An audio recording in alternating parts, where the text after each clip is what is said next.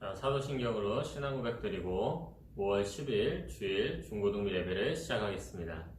전능하사 천지를 만드신 하나님 아버지를 내가 믿사오며 그 외아들 우리 주 예수 그리스도를 믿사오니 이는 성령으로 잉태하사 동정녀 마리아에게 나시고 본디오 빌라도에게 고난을 받으사 십자가 못 박혀 죽으시고 장사한 지 사흘 만에 죽은 자 가운데서 다시 살아나시며 하늘에 오르사 전능하신 하나님 우편에 앉아 계시다가 저리로서 산자와 죽은 자를 심판하러 오시리라.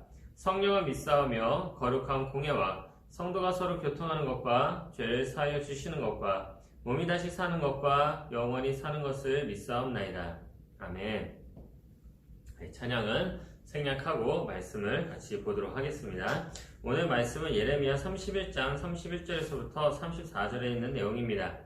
예레미야 31장 31절에서 34절에 있는 내용이고요. 그리고 중3 10과에 있는 내용을 가지고 이 시간에 말씀을 함께 보도록 합니다. 예레미야 31장 31절에서 34절. 네. 다 찾은 줄 알고 구약이 있어요. 다 찾은 줄 알고 우리 31절부터 함께 읽어보도록 하겠습니다.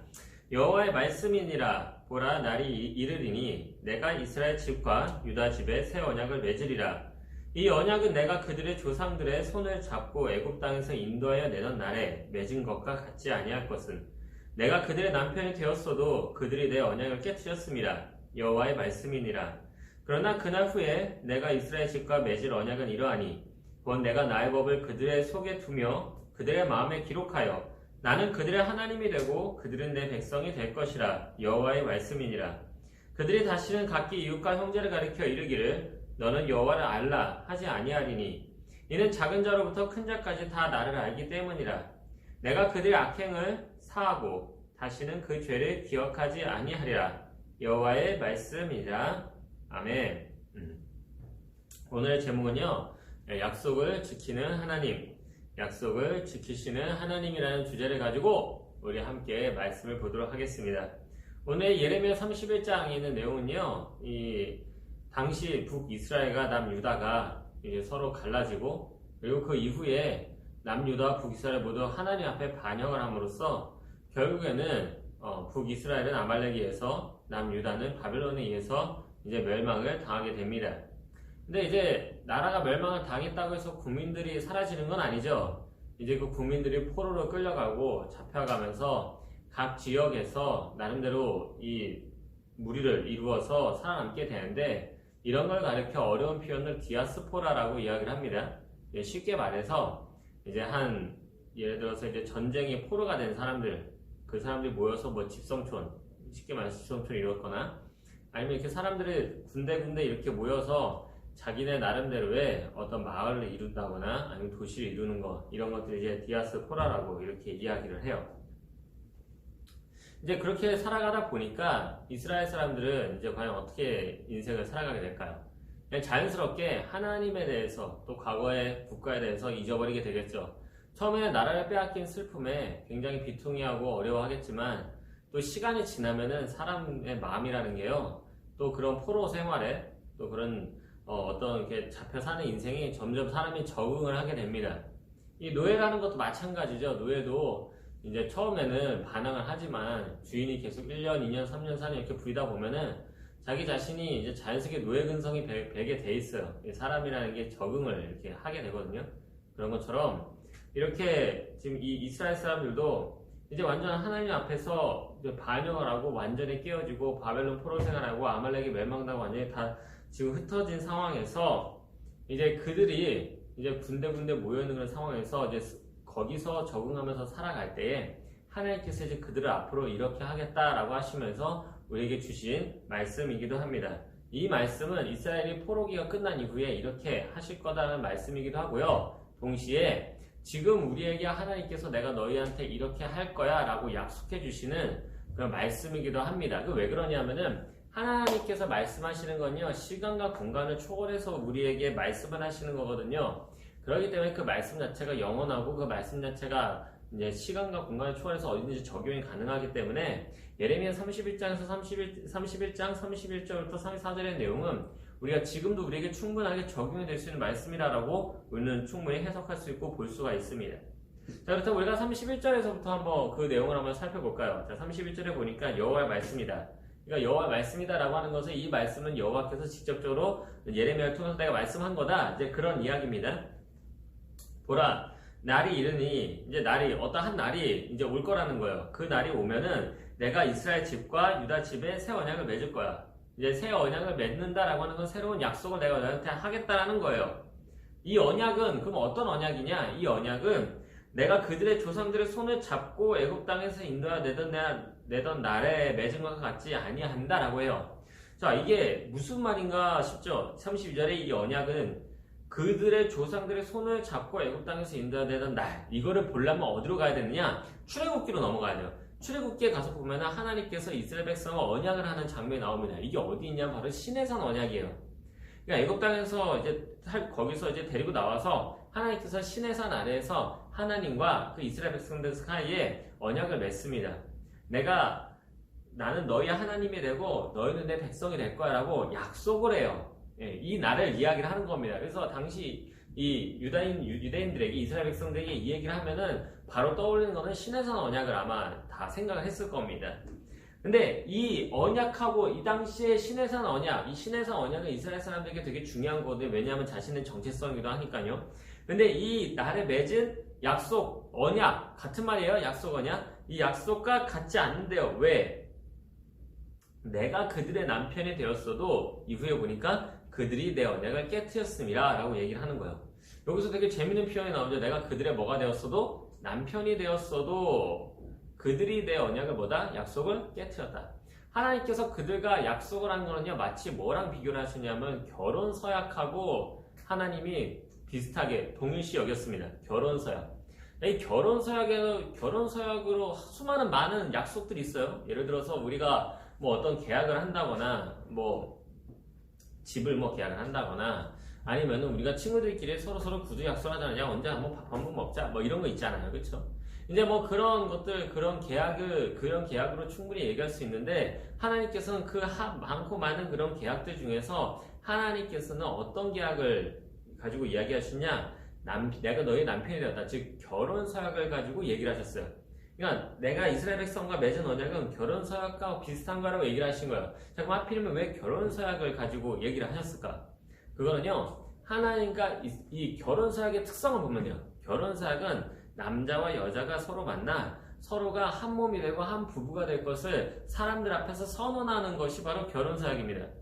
그러니까 이것은 사람들 앞에서 수많은 증인들이 있고요. 또 하나님 앞에서, 이제 이스라엘 사람들이니까 이건 하나님 앞에서도 한다고 의미를 당연히 줘야 되겠죠? 하나님 앞에서도 우리 둘은 서로 부부가 돼서 뗄래야 뗄 수 없는 관계가 되었습니다. 라고 하는 것이 바로 그 결혼 서약입니다. 따라서 결혼 서약은요, 어느 한쪽이 실수한다 하더라도 그 서약 자체가 무효가 되지 않아요. 왜냐하면 서약은 하나님 앞에 했고 대중들 앞에 한 거기 때문에 이거는 전방위적인 약속이에요. 그래서 하나님께서 일부러 결혼 서약을 통해서 자기가 하나님과 우리 이스라엘의 관계가 뗄래야 뗄 수 없는 절대적인 관계다. 비록 이스라엘이 실수하고 자꾸 이스라엘이 이상한 짓을 하더라도 나는 이 언약을 한번 맺은 이 언약을 절대로 깨지 않겠다는 의미에서 결혼 서약에 대해서도 이야기를 하시는 겁니다. 물론 이제 여러 가지 의미가 있어요. 이 결혼 서약을 하는 것에서 신학적으로 되게 깊은 이야기가 있는데 아주 겉으로 아주 간단히 이해하자면 이렇게 얘기할 수가 있는 거예요. 그만큼 하나님과 이스라엘 백성이 맺은 그 시내산 언약은요, 결혼 서약하고 똑같다고 할 정도로 굉장히 아주 깊은 서약 중에 최고의 서약을 하신 거예요. 그래서 그럼에도 불구하고 이 언약을 깨트린 거는 누구냐? 바로 이스라엘 백성이다. 그러니까 이 한쪽이 약간 실수를 하더라도 이 언약 자체가 무너지지 않는데요. 문제는 이 한쪽이 깨질 만한 정도로 아주 심각한 잘못을 저질렀어요. 자, 이 결혼 서약을 깰 만한 심각한 잘못은 뭘까요? 성경에서는 뭐라 그러냐면은 바로 간음이라고 합니다. 그러니까 남자 여자가 서로 결혼했는데 예를 들어서 그 남자가 아니면 그 여자가 어느 한쪽이 다른 남자랑 다른 여자랑 바람이 나가지고 내연 관계가 됐어. 요즘 뭐 부부의 세계 보고 막 그런 거 있잖아. 막 내연남이 나오고 막 내연녀가 나오고 막 그런 거 나오잖아. 이제 그렇게 됐을 때 이 서약이 깨집니다. 그러니까 이 서약이라고 하는 것은요, 뭐 내연남과 내연녀가 존재할 때 깨진다라고 한다는 건 결국 뭐예요? 하나님과 이스라엘과의 관계에 있어서 이스라엘 백성이 하나님이 아닌 다른 신을 섬기면 어떻게 되겠어요? 이스라엘 측에서 그거를 갖다 깨버리는 거죠. 근데 사실 재밌는 게 결혼 서약이 이렇게 했을 때는요, 외도를 했을 경우는 결혼 서약이 깨져요. 유일하게 딱 하나 깨질 수 있는 방법인데 그게 바로 뭐냐? 외도입니다. 예수님께서 그 얘기를 하셨어요. 근데 이 외도를 했음에도 불구하고 하나님께서는 이스라엘 백성들이 외도를 했음에도 어떻게 했느냐? 그들의 언약을 깨뜨렸어도 자기는 어떻게 하냐? 나는 깨지 않겠다라고 하나님께서 지금 여기서 말씀하시는 거예요. 그래서 어떻게 하시느냐? 33절. 그러나 그날 후에 내가 이스라엘 집과 맺을 언약은 이러하니 라고 이야기를 해요. 즉 이건 뭐냐? 이후에 내가 새로운 언약을 맺을 거야. 새로운 약속을 할 거라고 하는 거야. 그러니까 이스라엘 백성들이 하나님 앞에서 외도를 했어. 그래서 하나님과 맺은 언약을 이스라엘 백성 측에서 깨트린 거예요. 근데 하나님께서는 그 언약을 깨고 싶을까? 안 깨고 싶은 거예요. 하나님께서는 깨고 싶지 않아요. 그래서 하나님께서는 다시 새로운 약속을 줍니다. 왜? 기존에 있던 결혼 사약이 깨졌으니까 새로운 결혼 사약을 주는 거야. 그러니까 새로운 결혼 이야기를 하는데 그 이야기가 뭐냐? 33절에 내가 나의 법을 그들 속에 두며 그들의 마음에 기록하여 나는 그들의 하나님이 되고 그들은 내 백성이 된다. 나의 법을 그들 속에 둔대요. 이제 방법을 달리하는 거. 과거에는 하나님께서 선언하시고 율법을 주시고 너희들이 지켜라. 그러면 너와 나는 같이 영원히 사는 거야 라고 하는 그 법을 겉으로 주었는데 이제는 방법을 바꿔서 어떻게 하냐? 법을 갖다가 속에다 줘버리는 거예요. 마음속에 새겨버리는 거야. 그러니까 그 말씀이 그 안에 들어가게 만들어버리는 거죠. 그렇게 해서 이 법은 절대로 사라지지 않는 법이에요. 그래서 이 법으로 인해서 나는 그들이 하나님이 되고 그들이 내 백성일 거야. 너와 나의 결혼 생활은 제일 평탄하게 될 거야. 그러니까 과거 결혼 생활이 이런 거였죠. 마치 여기 이렇게 예를 들어서 제가 지금 여기 이렇게 공과치를 가져왔는데 과거에는 이런 식으로 하나님 율법 해가지고 이렇게 막 써놓은 거야. 그리고 하나님하고 사람이 이렇게 있으면 너희들 하나님께서 이 율법을 지켜 그럼 나와 이런 결혼 생활 유지가 되는 거야. 라고 하나님께서 하셨는데 문제는 누가 이걸 깨먹었어요? 이스라엘 측에서 깨버린 거지. 그러니까 이 법이라는 게 유명무실해진 거야. 그래서 하나님께서 방법을 바꾸셔서 어떻게 하냐? 이 법을 이스라엘 사람들 마음속에 줘버리는 거지. 마음속에 법이 들어가는 거예요. 그러니까 이 법이 마음에 들어가는 거예요. 실질적으로 하나님의 뜻이 어떤 것인지를 마음속에 실질적으로 깨닫는 거예요. 그래서 이제는 하나님과 우리 사이에 뗄래야 뗄 수 없는 절대적인 관계로 만들어버리겠다는 거죠. 이게 바로 하나님께서 역사하신 방식의 새로운 언약의 방법입니다. 그래서 그들이 다시는 34절 이렇게 되니까 어떤 효과가 일어나느냐? 다시는 각기 이웃과 형제를 가리켜 이르기를 너는 여호와를 알라 하지 아니하리니. 이거 쉽게 말해서 같은 이스라엘 백성들끼리 야 너 하나님에 대해서 아니? 하나님 나 잘 모르는데? 그래 그럼 하나님이 이런 분이야. 나는 이런 일이 없게 만들겠다라는 거예요. 그러니까 가가지고 여호와 하나님 이 말 한마디만 하면 그치 나도 여호와 하나님 믿어. 뭐 굳이 그런 얘기 할 필요 없어. 우리 같이 예배드리자. 이렇게 만들어버리겠다라는 거야. 대단한 거죠. 그러니까 누구든지 하나님의 백성이라고 한다면 누구든지 하나님을 알 수밖에 없도록. 과거에는 율법이라는 걸 통해서 하나님을 알아야 됐지만 이제는 율법이 없어도 하나님에 대해서 알 수 있도록 하나님이 만들어버리겠다는 거예요. 그래서 이는 작은 죄와 큰 죄까지 다 다를 알기 때문이라. 내가 그들의 악행을 사하고 다시는 그 죄를 기억하지 아니하리라. 이렇게 함으로써 두 번째 효과가 뭐냐? 그들의 악행을 사하고 그들의 죄악된 행동들을 하나님께서 사해 주시고 그 죄를 다시는 기억하지 않겠다. 이게 바로 오늘 본문에 있는 내용입니다. 자, 그러니까 이 내용을 가만히 보니까 지금 우리가 어떤 생각이 첫 번째로 드나요? 자, 첫 번째로 아까 보니까 날이 이르니니 새 언약을 맺겠다 그랬죠. 근데 이 새 언약의 내용이 뭐예요? 말씀이 우리 안에 들어오고 그리고 그냥 이렇게 가가지고 대화만 하면은 너도 하나님 믿네 나도 하나님 믿네 하면서 대화를 하게 되고 또 하나님 앞에서 모든 죄가 사해져. 그런 날이 온다 그래요. 이렇게 하니까 무슨 생각이 들어요? 바로 예수 그리스도가 생각이 나죠. 예수 그리스도를 믿기만 하면은 하나님의 말씀이 우리 마음에 들어오게 되고요. 또 우리가 자연스럽게 하나님 믿는 사람끼리 교제가 자연스럽게 일어나고요.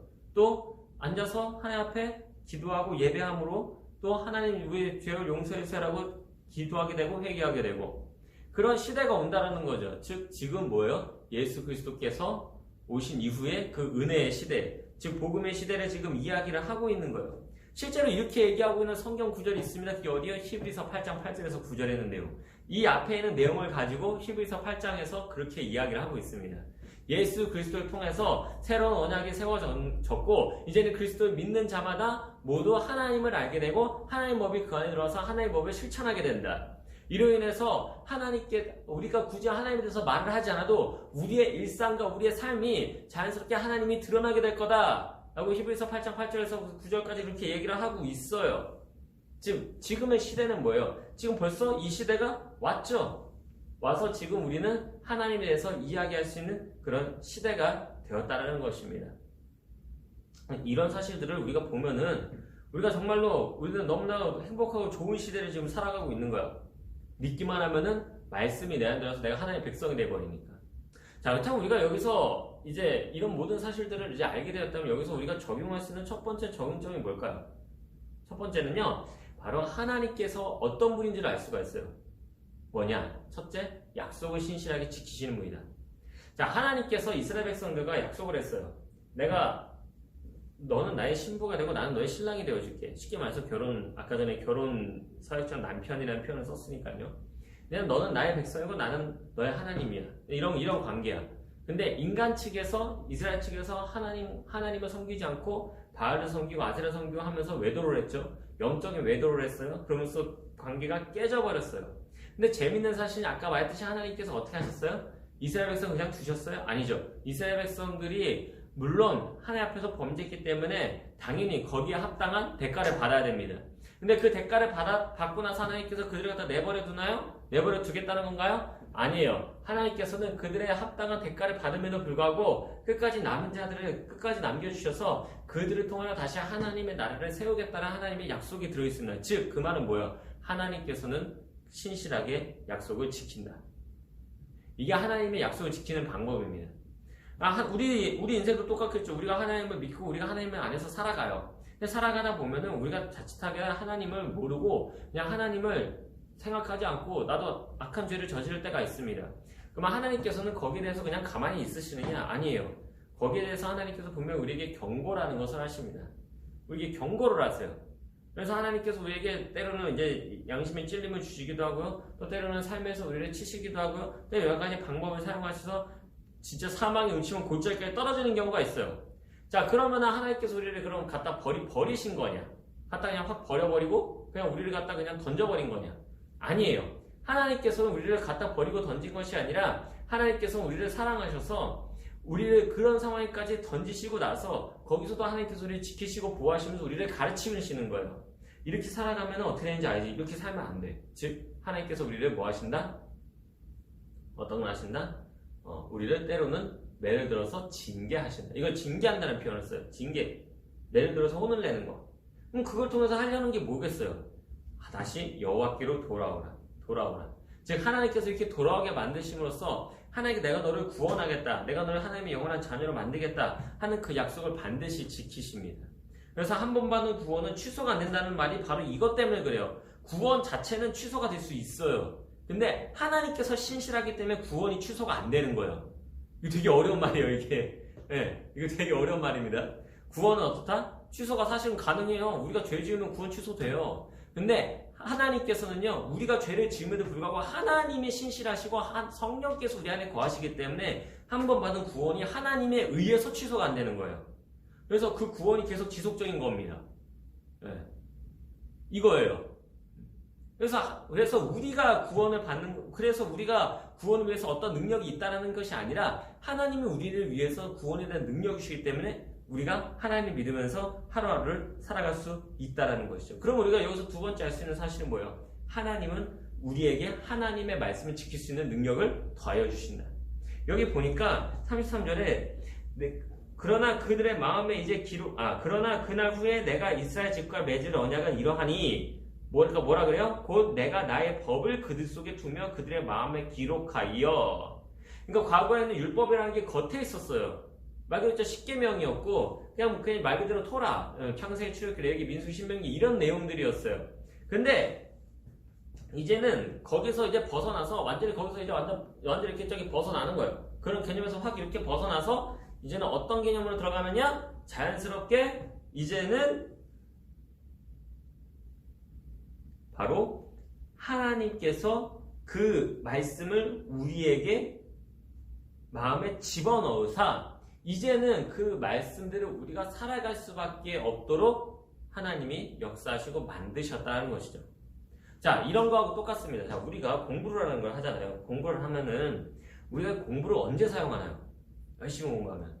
언제 사용해요? 시험 볼 때. 시험 볼 때 써먹죠. 중간고사 볼 때, 기말고사 볼 때. 그때 점수 잘 나오기 위해서 열심히 막 전날에 외워가지고 막 씁니다. 그럼 그 다음날 어떻게 돼요? 휘리릭 다 까먹어요. 인간의 특성입니다. 그쵸? 근데 여기서 재밌는 게 뭐냐면요. 그런 시험을 반복하고 또 반복하고 자꾸 하다 보면요. 우리 머릿속에서는요. 어느샌가 이론이라는 게 정립이 되게 됩니다. 그러니까 머릿속에서는 자연스럽게 이해가 되고 이론이라는 게 정립이 돼요.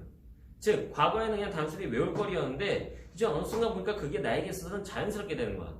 그래서 수학 문제 같은 경우도 쓱 보면은 어느 순간부터인가 이거 이런 거네 하면서 쓱쓱쓱 하면서 답을 쓰게 돼. 이건 뭐예요? 지금 머릿속에 외워가자는 거예요? 단순히 외운 거로는 그렇게 되지 않습니다. 뭘 한 거예요 지금? 그 공식 자체를 이해를 해버린 거야. 즉 그 공식을 씹어 먹어서 지금 내 안에 들어있는 거야.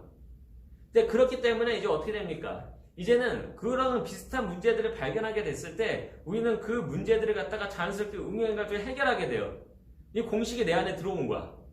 그런 거거든요. 제가 좋아하는 조직신학이라는 것도 그래요. 이게 조직신학이 재밌는 게 뭐냐면은 조직신학은 외우는 게 아니에요. 이게 외우면은 못 외워요. 그 많은 책들을 어떻게 외워. 근데 이게 공식이라는 게 있어요. 하나님이 이런 분이다. 하나님은 저런 분이다. 이렇게 얘기하는 게 있어요. 그럼 하나님이 이런 분이니까 이러겠네? 그러면 보면 그게 맞아. 이러시면 또 이렇게 하시겠네? 또 그게 맞아. 이런 식으로 점점 이렇게 마치 가지치듯이 쫙쫙쫙 응용이 되는 거예요. 이게 과학처럼 하늘에서 사과가 떨어지면은 배도 떨어진다는 거고 배가 떨어진다는 거는 뭐 이렇게 나무도 떨어지고 뭐도 다 떨어진다는 거 아니에요? 이게 이제 만유적의 법칙이잖아. 위에 있는 건 밑으로 떨어진다. 그러면 이거를 응용하면 이런 것들 갖다 응용하면 뭐예요? 물레방아 같은 걸로도 응용할 수 있잖아요. 그런 식이에요. 네. 즉 하나님의 법이 내 안에 들어오잖아요. 내 안에 이제 과거에는 단순히 바깥의 법이었을 때는 그게 그냥 단순히 일종의 텍스트밖에 안 되고 그거는 그냥 일종의 되게 고통스러운 이야기들밖에 안 돼요. 왜? 그게 내 안에 안 들어왔으니까. 그냥 그거는 그냥 저기 앞에 있는 그냥 돌판에 새겨진 그런 것들이야. 근데 이 말씀이 내 마음판에 새겨지잖아요. 그럼 내 마음판에 딱 새겨지는 순간 그 말씀이 내 안에서 능력이 돼요. 능력이 되니까 어떤 일이 발생하냐? 그 말씀을 통해서 내 인생이 어떻게 변화돼요? 내가 이렇게 살아가면 안 되겠네? 내가 이렇게 하면 안 되겠네? 내가 저렇게 하면 안 되겠네? 말씀 때문에 내가 내 스스로를 만들어가기 시작해요. 이게 바로 말씀이 가지고 능력입니다. 왜? 하나님께서 말씀을 세상을 창조했죠. 말씀으로 세상을 다스리죠. 말씀을 통해서 이 세상을 운행하시죠. 똑같아요. 그 말씀이 내 안에 들어왔을 때 말씀은 이제 내 안에서 살아서 역사해서 내 자신을 바꿔가는 거예요. 그래서 과거에는 율법을 보는 순간 야 이거 어떻게 지켜?가 되었지만 이제는 그 율법이 내 안에 새롭게 들어와서 새롭게 해석이 되고 내 안에 새롭게 나타났기 때문에 이제는 율법이 없어도 나는 살아갈 수가 있는 거예요. 율법 없어도 나는 율법을 지키며 살아가고 있어. 자연스럽게 그게 돼가는 거야. 자, 그러므로 마지막으로 우리가 알 수 있는 사실은 뭘까요? 하나님의 사람은 어떤 사람이다? 고귀한 사람이다. 보니까 이게 그들은 33절에 보니까 나는 그들의 하나님이 되고 그들은 내 백성이 될 것이라고 했죠. 그래서 34절에 뭐라 그래요? 다시는 각기 이웃과 형제를 가리켜 이르기를 너는 여호와를 알라 하지 아니하리니. 그러니까 내 옆에 있는 사람 보고 야 너 하나님 알아? 딱 이렇게 얘기하면은 나 알지. 야 뭐 말해야 뭐해? 얼마나 좋으신 분이야. 이렇게 된다는 거예요. 하나님에 대해서 굳이 말하지 않아도 우리의 모습 속에서는 궁극은 어떻게 되냐? 우리의 모습 속에서 누가 드러나? 여호와 하나님이 드러납니다. 이걸 뭐라 그래요? 성화라고 합니다. 그리스도를 닮아가는 거예요. 자연스럽게. 그리스도를 닮아가면서 우리의 모습 속에서 그리스도가 드러나고 그 그리스도를 통해서 하나님이 드러나기 시작합니다. 즉 그래서 우리는 말하지 않아도 하나님의 말씀을 말하지 않아도 지키기만 하면은 우리는 자연스럽게 하나님의 말씀을 무언으로 전달하는 사람이 될 수 있다는 것을 성경에서는 말을 하고 있다는 거예요. 대단한 거죠. 그렇죠? 여러분 사람이 말뿐인 사람이 많아요. 그렇죠? 말로 사람들을 설득하고 말로 뭔가를 하잖아요. 근데 이게 말로만 끝나는 사람들이 있어요. 근데 말로만 끝나는 사람의 특성이 뭐예요? 말은 정말 기가 막히잖아요. 근데 뒤에 가가지고 그의 행실을 추적해 보면은 뭐 한 건 아무것도 없어. 그럼 그 사람은 결국에는 어떤 평가가 내려요? 아유, 실속 없는 사람인데 말만 잘하고. 처음에는 말을 유려하게 하니까 이 사람 뭔가 진짜 이렇게 막 막 대단한가 봐. 막 이러면서 막 목에 힘주고 다니고 막 이러잖아. 근데 시간이 정작 지나서 딱 뒤돌아서 딱 봤을 때 뭐 이런 사람이 다 있어라고 하면서 결국에는 비난이 돼버립니다. 비난이 돼버려. 지금 그런 교회들이 몇 군데가 있어요. 지금 얼마 전에 신문에 우리 합덕주 교회가 2군데가 그렇게 됐어요. 한 곳은 얼마 전에 되게 여기 이 근처에 있는 하여튼 되게 유명한 교회예요. 근데 그 교회가 하여튼간에 예전부터 계속 이상한 짓을 많이 해왔는데 지금 진짜 문제가 터져가지고 지금 신문에 막 뻥뻥 터지고 있어요. 또 한 교회는 목사님이 신학을 제대로 공부를 안 했어. 그래가지고 이게 결국에는 이단들이 펴가지고 막 교회를 갖다가 막 온갖 다 갖다 이렇게 막 뒤집어 엎어놨어. 지금 이런 일들이 자꾸 터지고 있습니다. 지금 이런 일들이 갖다 이렇게 막 터지며 여러 가지 많은 어려움들이 이렇게 일어나고 있을 때 과연 여러분 그걸 보면서 무슨 생각을 해야 될까요? 신앙이라고 하는 것은 설교가 아니구나. 신앙이라고 하는 것은 단순히 그냥 말뿐이 아니구나. 신앙생활이라는 게 뭐예요? 종교생활이에요? 아니에요. 종교생활 이상이에요. 신앙생활은 뭐다? 액션, 행동이다. 하나님의 말씀을 실천하는 바로 나의 이 행동 하나하나다. 의지 하나하나다. 여러분, 하나님의 말씀을요, 전 이렇게 생각합니다. 손끝에서부터 흘려보내는 사람이 정말 대단한 사람을 생각해요. 손끝에서부터 흘려보내는 사람. 이 손끝이 아주 굉장히 민감한 곳입니다. 이게 여기서 이게 음파를 싸가지고 이렇게 말씀을 전달할 그 얘기가 아니라 내 손끝에서 어떠한 사물을 잡을 때, 내 손끝으로 불우한 이웃의 손을 잡을 때, 내 손끝으로 아픈 이웃의 환부를 만져줄 때, 내 손끝으로 정말로 절망하는 사람의 팔을 붙잡아줄 때, 그때 거기서 하나님의 말씀이 저는 나타난다고 저는 생각을 해요. 이게 하나님의 말씀의 능력이거든요. 그래서 하나님의 말씀은요, 이게 아니고요, 여기서 나와야 돼요. 손끝에서 나와야 돼요. 저는 그렇게 생각합니다. 우리 사랑하는 중고등부 친구들이 정말로 하나님의 사람으로서요, 고귀하려면 뭐가 돼야 되느냐? 손끝에서 나와요. 그러면은 겉보기에는 말도 어눌해. 뭔가 별 실속도 없는 것 같아. 가만 보니까 하는 것도 없어. 이렇게 아무것도 안 하고 멍하게 있는 것 같아. 근데 그 사람의 뒤를 추적해 보니까 하나님이 여기 있었네. 그리스도가 여기 있었네. 성령께서 역사하시네. 이 사람이 진짜 크리스찬이에요. 그러면 정말로 왜 사람들이 전도가 된다고 생각하세요? 말을 잘해서? 유리하게 잘을 해서? 뭔가 또 좋은 이야기 들어서? 아니에요. 좋은 이야기를 들었기 때문에 전도가 되는 거, 물론 그게 이제 일종의 하나의 원인이 될 수는 있습니다. 그런데 그 원인에 넘어서는 뭐가 있냐면요, 그 사람의 성품과 그 사람의 행실과 그 사람의 어떤 무언가가 있어요. 그게 있었을 때 전도가 되는 겁니다. 자, 그래서 어떤 사람이 교회를 왔어요. A라는 사람이 교회를 왔어. 그럼 A라는 사람이 교회를 왔으면은 그 사람은 전도한 B라는 사람이 있겠죠. 그럼 그 B라는 사람은 말로 그 사람은 전도한 거예요. 그냥 이렇게 해가지고 그 사람 데리고 거예요. 근데 사실 그 A라는 사람이 전도하기 전에는요, 그 뒤에는 C라는 사람의 행동이 있었고, D라는 사람의 행동이 있었고, E라는 사람의 행동이 있었어요. 그러니까 하나님을 믿는 사람들의 수많은 행동들을 A라는 사람이 쫙 보니까 하나님 믿는 사람이 이렇게 좋네, 저렇게 좋네, 저런 게 좋네 하는데 A라는 사람이 되게 적극적이었어. A라는 사람이 되게 적극적이니까 그래, 나도 한번 예수 믿어볼까 하면서 전도하는 케이스가 대체적이에요. 그런 경험을 굉장히 많이 해봤습니다. 제가 과거 중고등부 사역할 때도요, 이게 내가 가다가 그냥 전도지만 나눠줬는데 갑자기 교회 등록해가지고 교회 잘 다니는 애가 하나 있었어요. 그래서 제가 너무 궁금해가지고 물어봤어요. 아니, 어떻게 해서 이렇게 교회를 다니게 됐니? 이렇게 물어보니까 전도지에서 줬죠. 이렇게 얘기를 하는데 그 뒤에 이야기를 보니까 알고 보니까 반에 있는 친구가 한 2-3명인데 다 교회 다니는 친구들이에요. 근데 그 교회 다니는 3명의 친구들이 교회 생활하는데 너무 재밌고 행복하다는 거예요. 근데 그 3명의 친구한테 가가지고 나도 교회 한번 다녀볼래? 이렇게 말하기는 좀 뭐하고 이게 막 고민하고 있었을 때 제가 와서 전도해 주니까 교회를 나오게 됐대요. 이런 경우가 있었어요, 제가. 그러니까 결국에는 뭐예요? 그 3명의 학교에 있는 그 친구들이 교회에 대해서 너무 재밌게 얘기하고 교회 생활 너무 행복하다고 이야기하는 이야기 들으니까 실제로 그런 모습이 보이고 행동이 보이고 액션이 보이니까 나도 교회 나가볼까? 근데 쟤들이 나는 전도를 안 하네? 어떻게 가야 되나 말해야 되나 고민하고 있을 때 제가 전도 주니까 나오게 된 거예요. 이런 경우가 있습니다, 여러분. 그러니까 하나님의 사람은요, 고귀해야 돼요. 왜? 말씀이 그 안에 들어있으니까. 말씀이 그 안에 들어있으니까 말씀 따라서 실천하고 말씀 따라서 행동하고 말씀 따라서 하나님의 말씀을 따라서 무언가는 액션을 자꾸 취해야 돼요. 그게 바로 하나님의 사람입니다. 거기서 하나님의 놀라운 역사가 일어날 수 있다는 것이죠.